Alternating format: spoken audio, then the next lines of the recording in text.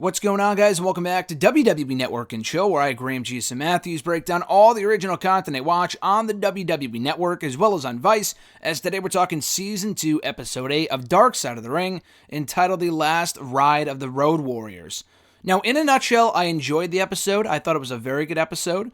However, I thought, even before the episode even started, I kind of figured this was always designed to be a buffer episode right before the big season finale on Owen Hart. I think they positioned this episode towards the end, right before the Owen Hart episode, for a reason, because we've had a lot of great episodes this season on Dark Side of the Ring. Even Season 1 was great, but Season 2 specifically, we had the Jimmy Snuka story. We had New Jack right after the Benoit episode, which was easily the best of the season so far. The Herb Abrams story was crazy. We had the David Schultz story, which was crazy as well. The Road Warriors one, I feel like a lot of what we heard here was already known. A lot of this stuff was already well documented. A lot of this stuff was new to me personally. I've always been a big Legion of Doom fan, but not a big enough fan to the point where I've heard all the stories and how Hawk died. Like, I knew that he had passed away and whatnot. I don't know the ins and outs of, their rise and fall in the pro wrestling industry, and specifically Hawk outside of the ring. So I thought this episode was very interesting. I thought it was very candid. I thought the interviews with Paul Ellering, Scott Norton, Barry Darso, Animal himself were all very, very good. However, it was pretty, again, even from the get-go, I thought it was pretty apparent that they positioned this episode right before the Owen Hart one for a reason, because it's kind of like I don't want to say to whet the appetite before the Owen Hart one, which is pretty tragic. This one was tragic and sad in a different way. But again, I think a lot of what was covered here was already discussed in various WWE DVD releases and stuff like that. But overall, though, I thought it was good, and much like every other episode of Dark Side of the Ring, absolutely worth checking out. So we kick off the episode with Animal and Barry Darso, aka Smash from Demolition, otherwise known as Repo Man to some. It was cool to see Barry Darso here. I don't know where his tag team partner was. I actually met both of them at a big time wrestling show back in August. Two very nice guys. I thought they would get into how WWE tried to kind of not mock, but mimic the Legion of Doom, or rather the Road Warriors from outside of WWE, by doing Demolition. Now, I forgot, again, I'm a complete idiot. This is absolutely well-known knowledge. I forgot whether Demolition came in. They must have been before the Road Warriors. They must have been. They probably saw what the Road Warriors were doing outside of WWE. I was thinking maybe Demolition came around after Legion of Doom left, but they left in '92, and Demolition were around well before that. But I thought they were going to get into that, how Demolition was kind of sort of started off as a ripoff of the Road Warriors, but they never. I think they acknowledged it when they introduced Barry Darso, but that was about it. That was the extent of it. But we hear from all the talking heads who say that the Road Warriors always looked awesome, which is true. I mean, you see these guys and you just see stars. You're probably wondering, what the fuck? Why do they look like that, for one thing? But at the same time, you're also wondering, hey, they look pretty cool between the spike, the spike shoulder pads, the weird haircuts, the face paint. They even showed a clip of the Ascension, kind of showing how a lot of other tag teams would follow in their footsteps, or at least try to in the years that followed. The Ascension never quite could. Maybe Demolition, definitely not the Ascension.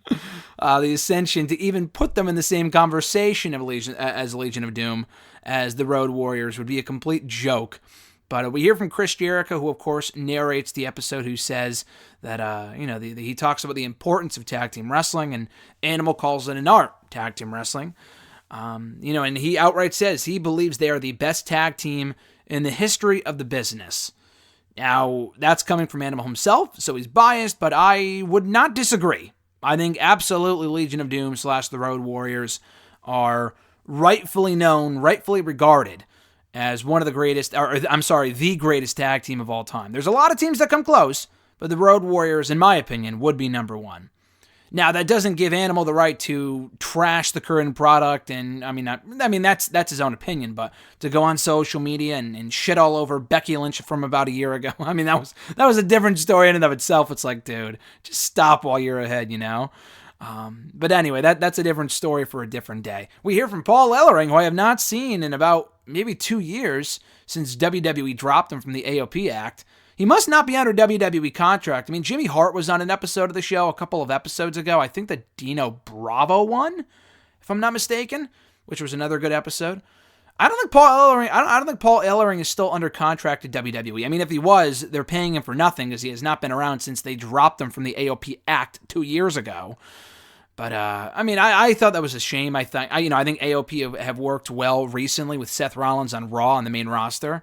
But that was such a good fit, though. Not that AOP were the next LOD at all, but like I think it just made sense, and he was a good mouthpiece for them. And I was a little disappointed when they bumped him. They took him off the road and they took him away from the act, and they put Drake Maverick in there instead, which was a completely dumb idea and never worked.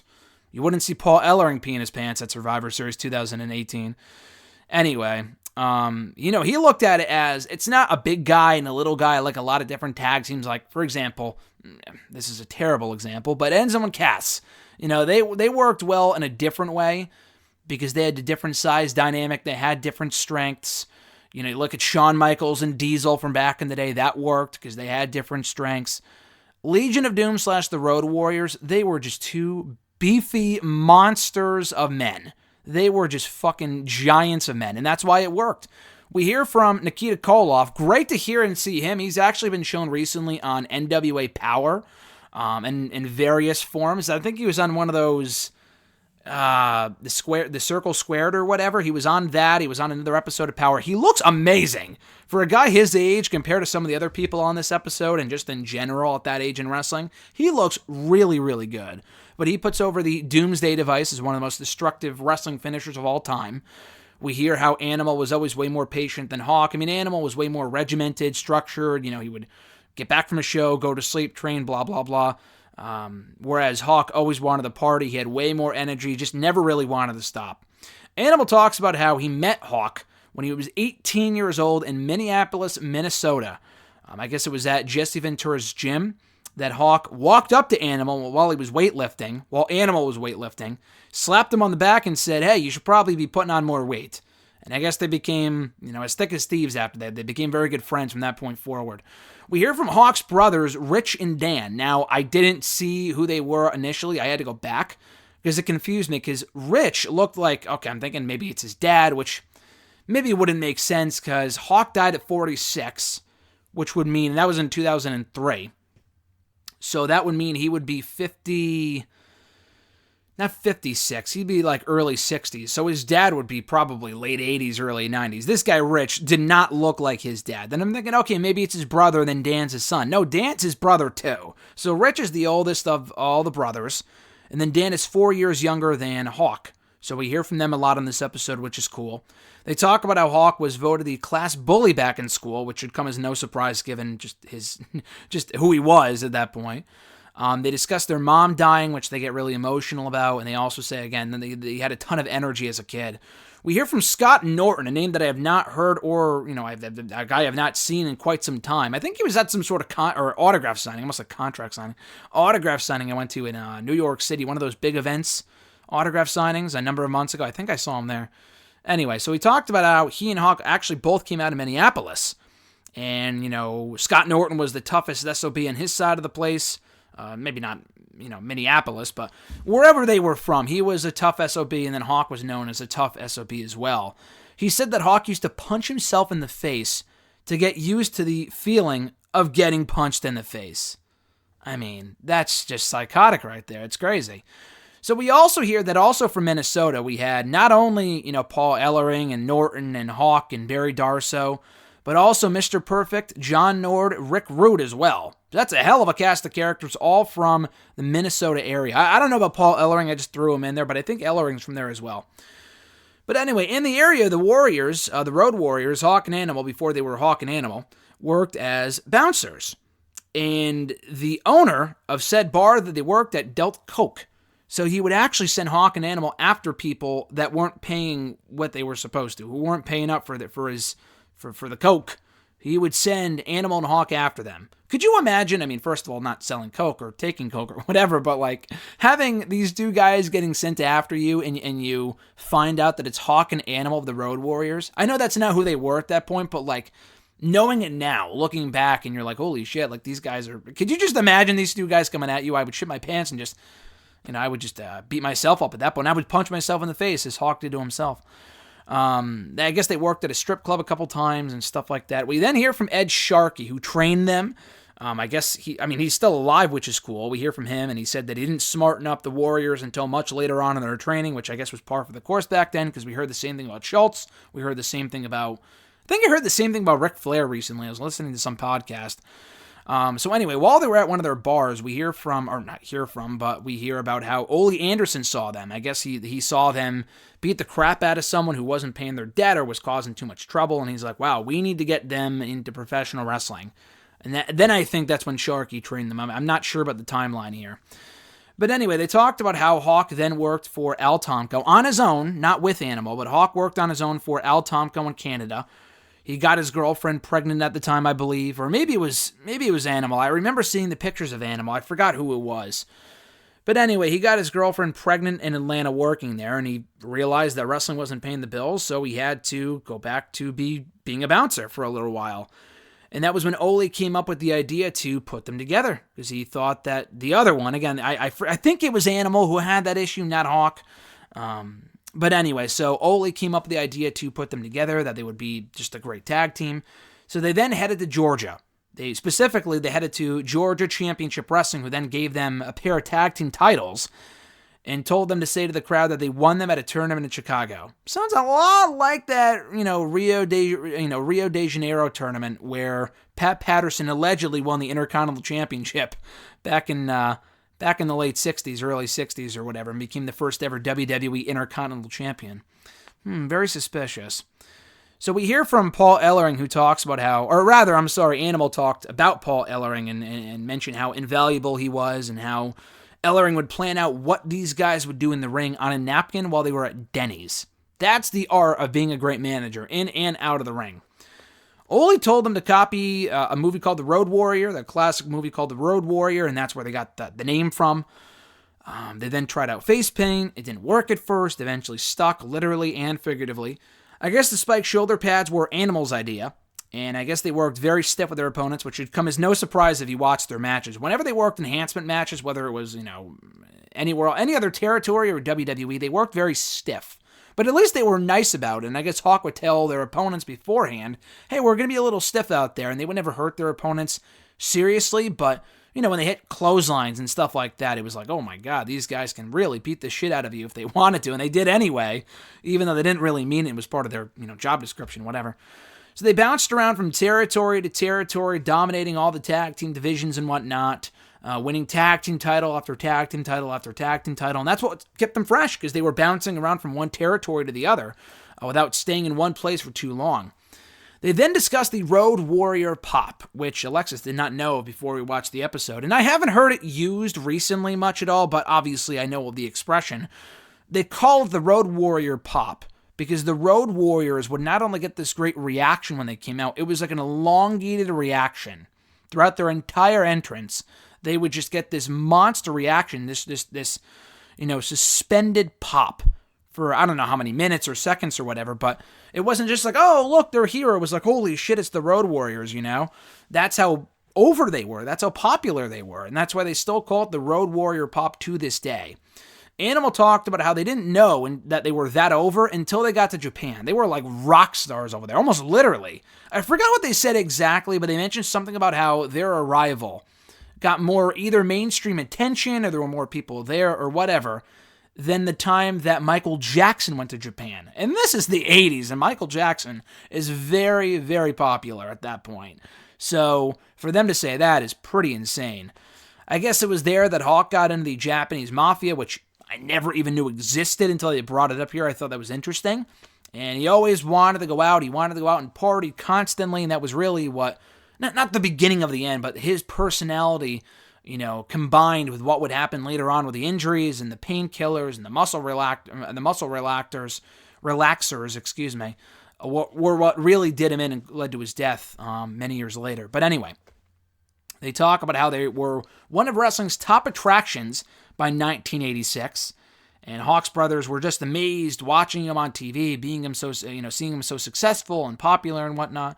And they never really had to change who they were. Whether they were faces or heels, they could always work the same style and be the same characters. And they were beloved as a result.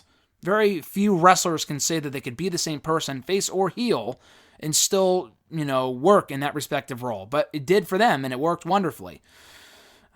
So anyway, I guess they did show highlights of the scaffold match with the Midnight Express, which I've talked about this before in reviewing old WCW and NWA pay-per-views from years ago.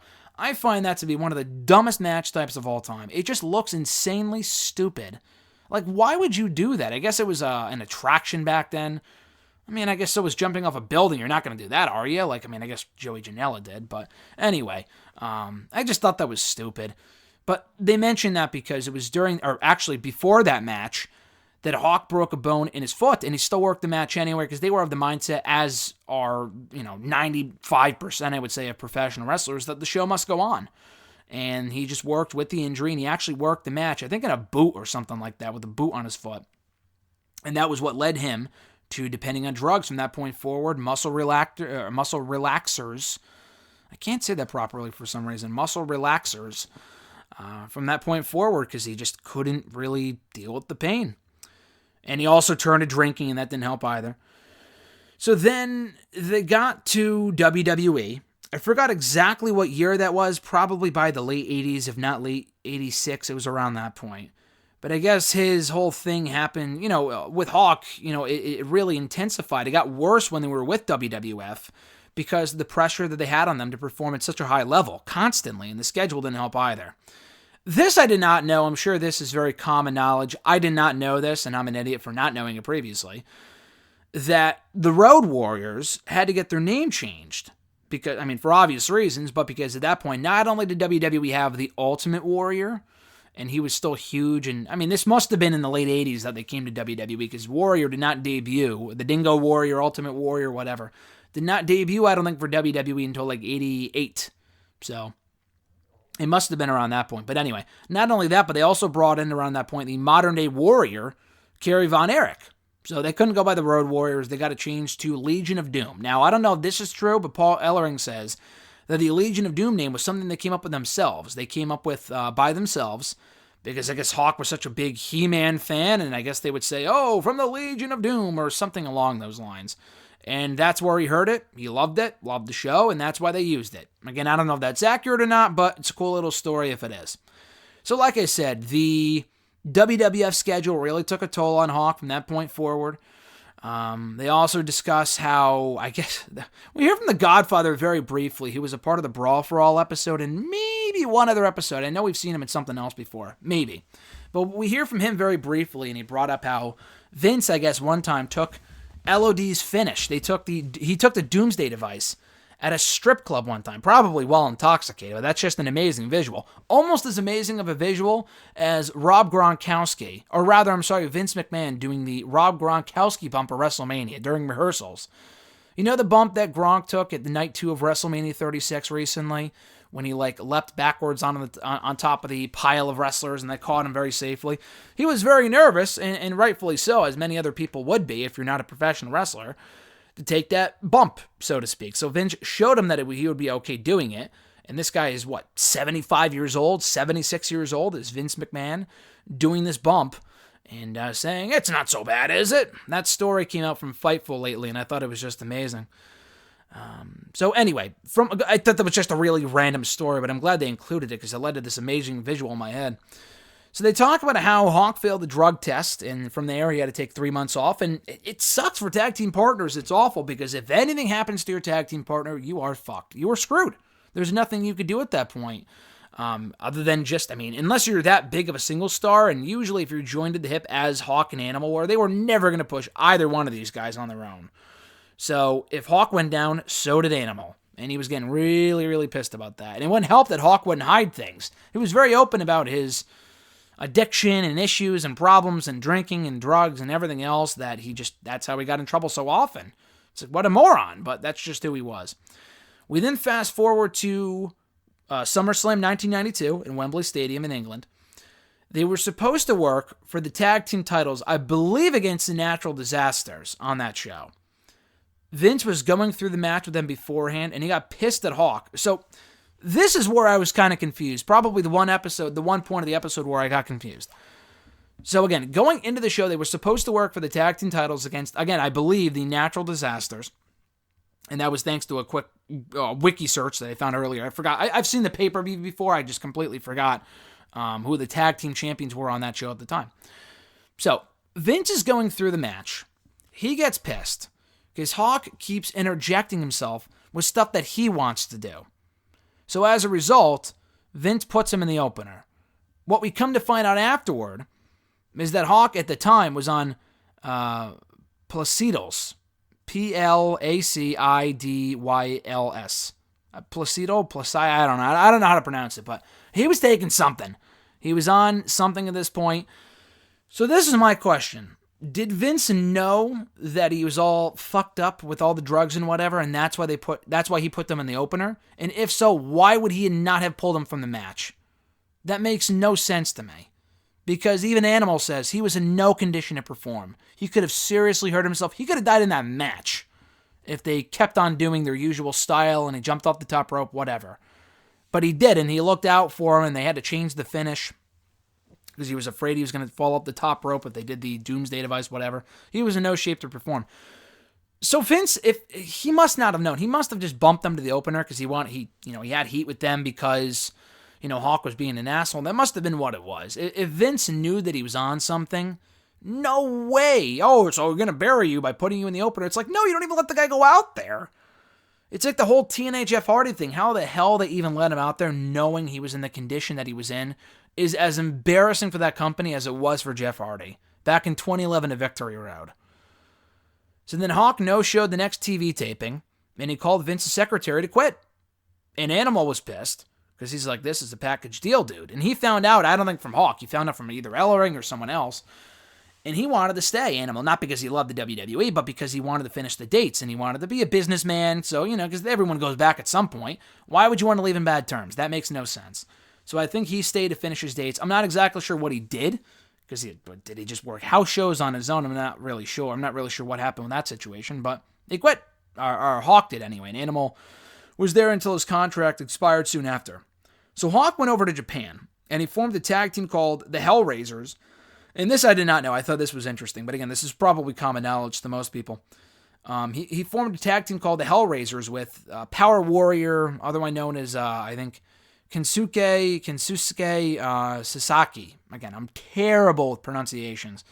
But basically, he formed an LOD 2.0 with someone else over in Japan, and Animal was fucking pissed. He's like, why would you replace me? I didn't replace you over here in the States, so why would you replace me? So Hawk, or rather Animal working over here in the States, got injured in a handicap match. He had to heel, take time off. Paul Ellering took time off as well around this point. Hawk, while he was on his own, had a number of near-death experiences, including overdoses. Or rather, involving overdoses. With all the coke that he was doing, all the drugs and drinking and whatever. There was one incident they talked about where he was involved in a head-on collision. I don't know if he went through the windshield or something happened. It was a very serious crash, like an 18-wheeler or something like that. He survived. He was completely fine. That's fucking crazy. And that was not enough to change his mind about like, hey, maybe I should probably stop doing this stuff. He was like almost invincible. So because he wasn't dying, he was like, oh, I'm completely fine. I'll just keep on doing what I'm doing. He contracted hepatitis C around this point, and he got really, really nervous, and that kind of shook him. So he stopped doing everything that he was doing. He stopped partying. He stopped doing drugs. He stopped drinking. And then after he was cleared of it, and the doctor said he can go back to doing what he was doing, he went back to doing what he was doing. He went back to the drugs. He went back to the drinking. He went back to the partying. And Animal was again pissed. He was like, oh, he came close to stopping for good, and then he just went right back to doing it. So by late 90s, I think 97 or 98, they returned to WWF, now known as WWE, of course. And they had Droz put with them. Now, I'm surprised, not really, I guess, but they had Sonny with them for a little bit, right, as LOD 2000? Am I wrong? I mean, I know Sonny was with them. I just don't know if it was for a long period of time. I know she was with them for that Chicago street fight in, WrestleMania 14? It was one of those WrestleManias, but, she was there with them for a little while. That obviously went nowhere, but I'm surprised they didn't even mention that. They just skipped right ahead of Droz.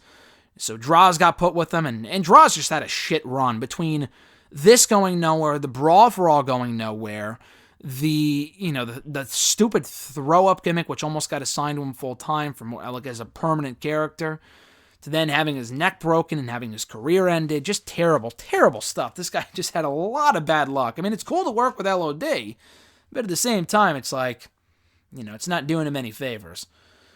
Anyway, so Ellering, we hear from him, and he talked about the drunk angle they were doing with Hawk at the time, where they kind of mentioned how he was he was an alcoholic, and they incorporated that into his character. He called it heartbreaking, but that's just wrestling. That's what he said. It's just wrestling. Well, fuck that. I don't agree with it. I'm sure he doesn't agree with it either, but that's just the stance of the company. He thought it was really sad that they were taking his real life problems and using it in a storyline. Now, first of all, that was a different time.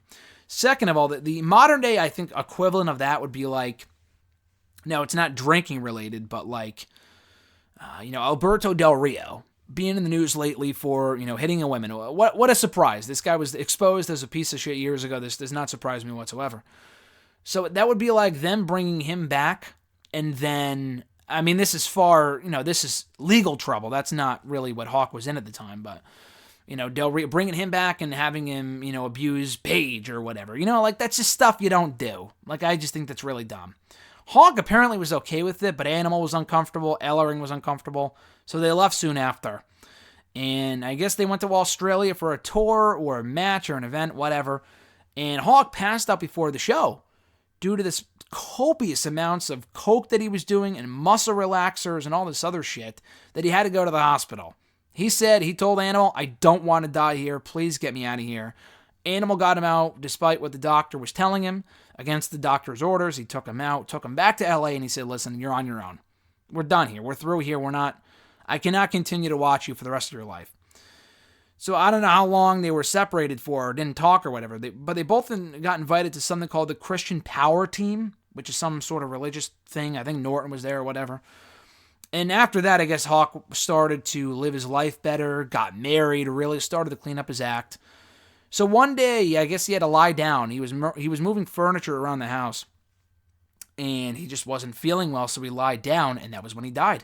He died at the age of 46 because his heart stopped. It wasn't, I don't know if it was a heart attack or, it definitely wasn't an overdose, they said, but I guess he had some sort of incident where his heart just stopped after all the shit that he was doing years earlier. It's just really sad. So everyone gets emotional talking about his past, and we hear from Paul Ellering, who gets really emotional talking about how he had to drive the black van they were known for early on in their careers, that he drove to the airport for the first time with them. He drove that black van down to Tampa for their funeral. He also recites the eulogy from the 2003 funeral. I believe it was October 19th or something like that was the funeral in 2003. Very sad stuff. The brothers of Hawk break down. Scott Norton breaks down. Animal gets emotional. He calls him, he should be remembered as one half of the greatest tag team of all time and also one of the best interviews ever. And that was the note that they ended on here. Again, I thought it was a good episode overall. Definitely worth checking out, as is every other episode of Dark Side of the Ring. My only thing is that I just think that it just kind of pales in comparison, in my opinion, which is saying something, because this is a very good story. That just goes to show how much stronger the rest of the season is. So check out the rest of season 2 of Dark Side of the Ring right now on Vice, YouTube, whatever. It's all over the place. Xfinity. And also check out my upcoming review, which should be up soon, of the Owen Hart episode, the final days of Owen Hart, which is going to be a doozy. So stay tuned for that one. In the meantime, guys, as always, thank you for checking out my videos. I appreciate it. Be sure to like the video, drop a comment, share the video, and subscribe to the channel for more content. And, that's about it. So have a great one, guys. I'm Graham G.S. Matthews, and I'll catch your ass down the road.